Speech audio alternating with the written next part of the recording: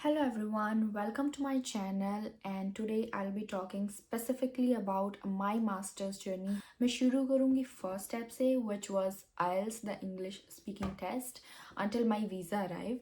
The reason for this video is when I was going through the same process, I couldn't find one single video about it and it was so hectic and tedious for me.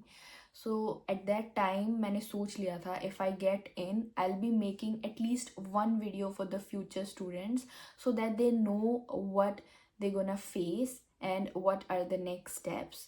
So this video is more like storytelling but with some tips and tricks. So without any further ado, let's dive in.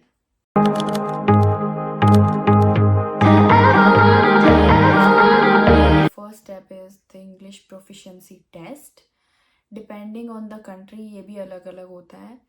अगर मैं बात करूँ पूरे north America reason की तो US में TOEFL ज़्यादा prominent है बट कनाडा में आइल्स चलता है. सो अगर आपके टोटल बैंड 7 हैं तो you will be good to go for any Canadian university, but 6.5 में भी कई बार चल जाता है.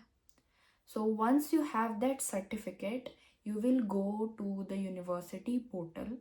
अब यहाँ पे एक ट्रिक बात आती है कि most of the university here will ask for 4 years of bachelors, but India में अगर मैं बात करूँ मेडिकल फील्ड में for example bachelors of science है वो 3 years की होती है. तो अब हम 1 साल पूरा कैसे इंक्रीज कर सकते हैं अपनी डिग्री का. तो what I did was I searched for the university that were still accepting 3 years of bachelors और मुझे 1-2 मिले भी. I will put up their names in my video description, आप वहाँ से ले सकते हो. उसके बाद आपको यूनिवर्सिटी के पोर्टल पे जाके एप्लीकेशन फॉर्म फिल करना है जिसमें एक नॉन रिफंडेबल फ़ी आपको पे करनी पड़ेगी which is the application fee, plus आपको आइल्स का certificate, your degree and your transcript सब कुछ अटैच करना है. और वहाँ पे जब आपको ईमेल डालनी है तो मेक श्योर करो कि आप अपनी ही ईमेल दे रहे हो उनको, अपने नाम की ही ईमेल दे रहे हो बजाय कि किसी एजेंट की या फिर किसी सेकेंडरी पर्सन की.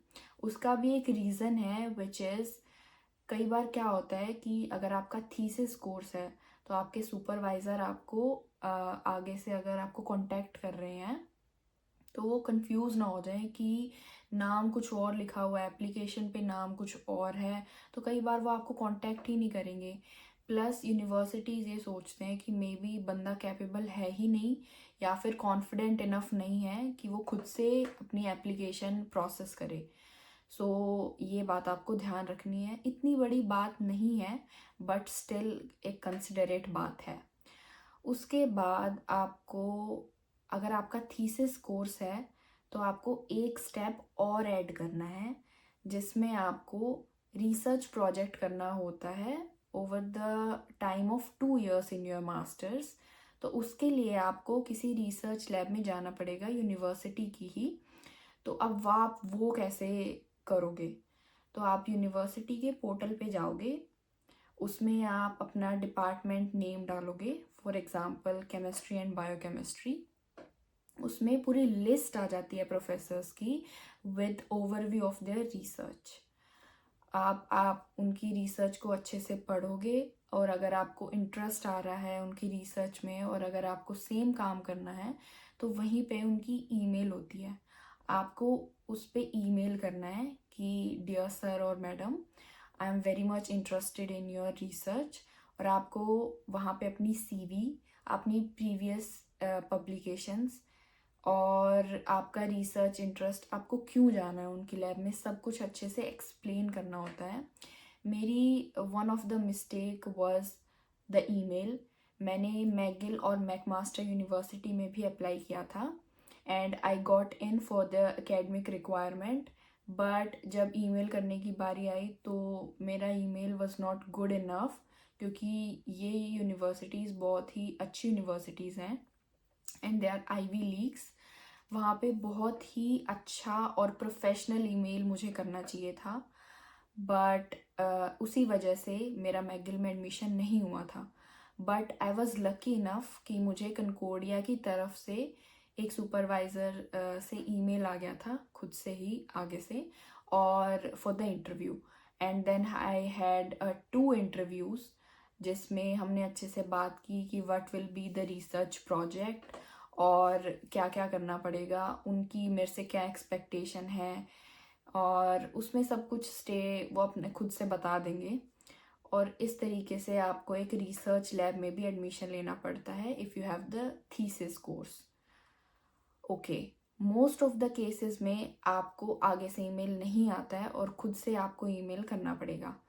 तो ये ईमेल बहुत ही ज़्यादा इम्पॉर्टेंट है, और अगर आपको किसी भी तरीके की हेल्प चाहिए तो I can help you, but otherwise आप गूगल से भी देख सकते हो या फिर एआई से अपना एक अच्छा सा ईमेल लिखवा सकते हो जिसमें आप सब कुछ बता रहे हो उनको कि आप क्यों इंटरेस्टेड हो उनकी लैब में जाने के लिए। So that was the one thing which is really really important.